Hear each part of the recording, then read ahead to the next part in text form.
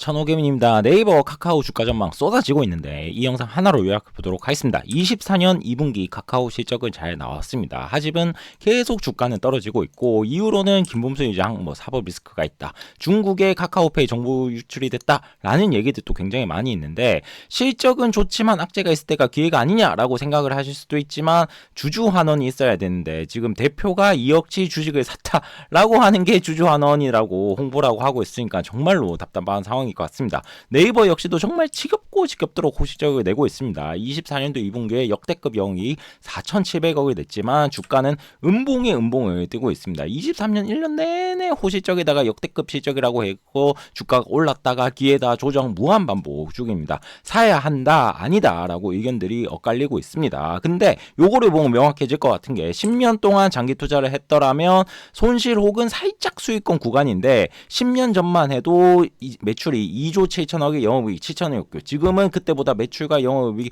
몇 배가 뛰었음에도 불구하고 이러고 있으니까 절대로 이건 기업 실적이라든지 펀더멘탈만으로 설명이 불가능하고 지배구조자 주주환원이 매우 중요했다. 이러니까 국장탈출 진흥순이다 라는 얘기가 당연히 나오죠. 일단 이런 상황에 대해서 김대호 대표 같은 경우에는 실적이랑 주가랑 왜 이렇게 따로 노냐, 이게 닷컴 열풍처럼 인공지능 등장 후에 모든 기업들이 지금 인공지능이 없으면 주가가 못 가고 있다. 근데 국내에서 IT 기업이라고 불리는 네이버 카카오가 여기에 전혀 동참을 하지 못하고 있다. 카카오페이는 고객 신용 정보가 유출이 됐는데 알리페이 4천만 명 이상 넘겼고 위법은 없다고 하지만 신뢰를 상실을 했다. 그리고 미중 무역 분쟁에 타깃이 될 수 있는 안 좋은 점이 있다라고 얘기를 했습니다. 네이버 웹툰 같은 경우도 나스닥 상장하고 굉장히 부진하고 이번에도 순손실을 냈지 않았냐. 그리고 네이버 카카오가 AI 성장 중에 너무 부족하다. 기술력도 부족하고 투자는 시도조차 보이지 않는다. 네이버 같은 경우는 국내 토종 검색 엔진 자리를 잘 지켜왔지만 이제 인공지능이 밀리지 않겠냐라는 게 무섭다고 하고 있습니다. 카카오페이 요 리스크 굉장히 많이 있죠. 알리페이가 너무 대주주다 보니까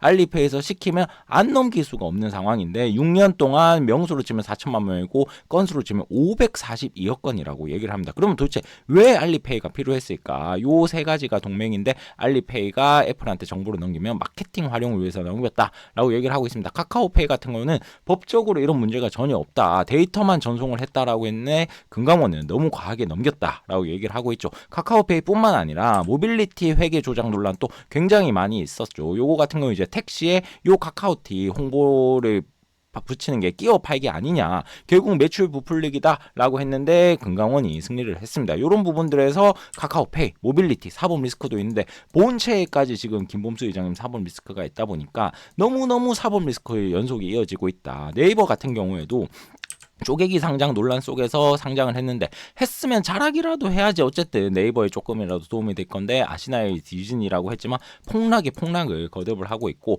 가장 좋은 사람은 네이버 웹툰 대표였습니다. 현금 보너스로 400억 이상을 벌어갔습니다. 물론 화끈한 보상은 좋지만 일단 상장만 시키면 그만이다라는 모토로 어쨌든 에비타 기준 흑자 이런 소리 하고 있다가 상장하자마자 주가 떨어지고 이런 것들은 정말로 좋지 않은 것 같습니다. 인공지능 시도도 없다. 물론 시도는 있었습니다. 최수연 대표가 우리가 구글이나 마소보다 국내 언어 데이터가 훨씬 많기 때문에 여기서 잘할 수 있다라면서 하이퍼클로버 X를 나왔죠. 하지만 이전 영상들에서 저도 역시 써봤지만 심각한 수준입니다. 천호에서 횟집 하나 찾으려고 해도 거의 신뢰성이 바닥인 상황이고 시장에서도 반응을 했죠.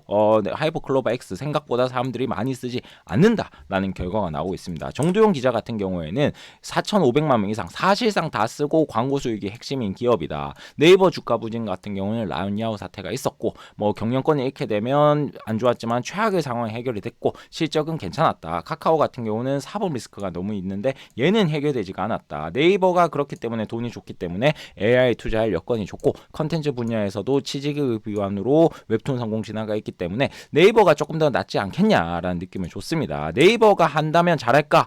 플랫폼 힘이 있고 노하우가 있어서 잘할 줄 알았지만 생각보다 아프리카 TV 지금 이제 수브로 사명을 바꿨는데 얘가 너무너무 강력을 해서 얘가 오히려 더 치고 올라오는 모습을 보여주고 있습니다. 네이버 같은 경우에는 워낙 대기업 마인드다 보니까 우리한테 모이면 우리가 판단을 해가지고 컨텐츠를 내보내겠다. 있고 최근 흐름은 사실 이게 아니죠. 아프리카 TV나 쇼츠나 릴스 모두 누구나 올려서 돈을 벌어가는 구조인데 이런 부분들에서 네이버가 조금 판단 미스가 있었다. 그래서 이제 우리도 오픈 플랫폼 전환을 하겠다라고 얘기를 했습니다.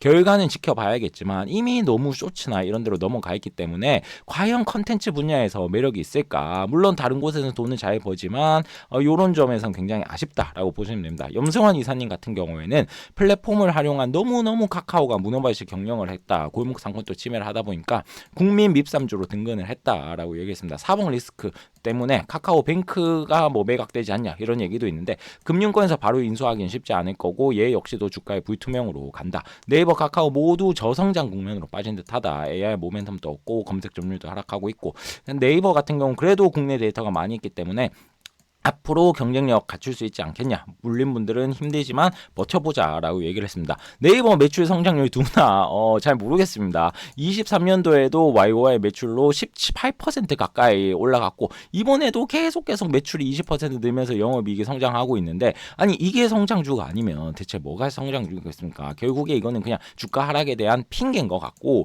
역대급 실적을 경선하고 뭐 다수 전문가들이 주가 부진 이후로 뭐 불확실성이다. 앞으로 뭐 알리 테무한테 싸움이 되겠냐. 인공지능에서 힘들다 뭐 이런 얘기하는데 개인적으로는 동의하기가 매우 힘듭니다. 계속해서 실적은 좋고 떨어지는 주가는 정말 부족한 거는 미국 빅테크 대비 주주 환원이 너무 부족하고 네이버 페이도 쪼갠다라는 얘기가 나오고 있습니다. 결국 이런 쪼개기 리스크 때문이다라고 저는 생각을 하고 있습니다. 이창훈 의장님 같은 경우는 카카오는 싼지 잘 모르겠다. 하지만 네이버 같은 경우는 주가는 부진하고 실적은 증가하다 보니까 너무너무 싸다. PBR 이제 1이다. PER 같은 경우도 많이 떨어졌다. 그렇기 때문에 과거에 많이 올랐기 때문에 좀 쉬고 있는 것이지 결국에 괜찮을 것이다 라고 얘기를 했습니다. 물론 그러면서도 걱정되는 거는 AI 경쟁이 이길 수 있을까, 테무와 이길 수 있을까, 190만 바뀌면 주가는 올라갈 것이다 라고 얘기를 하고 있습니다. 시총 같은 경우는 네이버 25조밖에 안 됩니다. 예전 뭐 100조 간에 만에 했었는데 25조고 PBR은 1 수준으로 떨어졌고 선행 PER 같은 경우 이제 20R로 떨어졌으니까 정말 가치주의 영역으로 진입을 하고 있지만 야 그러면 싸다고 사면 되냐.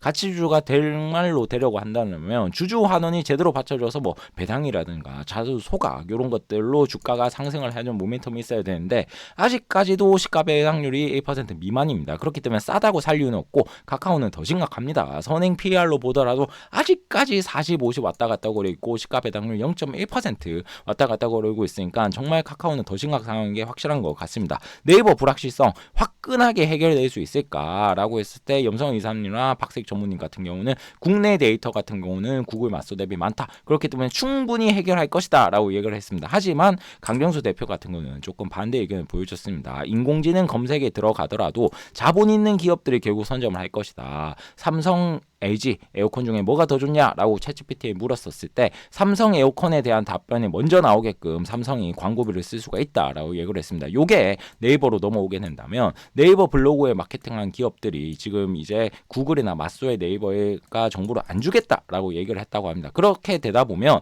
이제 챗GPT만 사람들이 쓰다 보면 기업들 입장에서 더 이상 네이버 블로그에 광고를 할 이유가 없어지고 그러면 검색 점유율이 정말 중요한데 이미 50% 깨지고 있는 상황에서 AI 경쟁에서 밀리면 결국 이 광고조차도 못 받아온다라고 얘기를 했습니다. 그리고 10대, 20대들이 네이버를 잘 안 쓰고 거의 인스타를 쓴다. 데이터들이 누적돼 있다 보니까 정확성은 있을지 모르겠지만 이미 기성세대의 검색 데이터이기 때문에 참신하지 않다라는 마인드를 갖고 있다고 합니다. 과거 70%, 80%대였는데 아무튼 지금 50% 후반에서 뭐 지켜주고는 있지만 많이 떨어진 건 사실이고 카카오 다음 같은 경우는 더 심각합니다. 이제는 빙의까지 밀려가지고 뭐 4등, 5등 한 해 만에 하고 있으니까 뭐 카카오의 검색을 다음에 넣으면 시너지 효과가 날 것이다라고 했지만 시너지는 전혀 없었습니다. 이런 부분들이 굉장히 아쉽고 네이버의 대응 같은 경우는 이제 우리한테서 검색하면 유튜브나 인스타, 페북으로 연동을 안 하겠다. 이런 거를 점차 줄여나가겠다라고 선언을 했습니다. 그리고 타 SNS보다는 이제 공식 사이트 정보들을 많이 노출할 것이다 라고 얘기를 했습니다. 긍정적인 부분 같은 경우는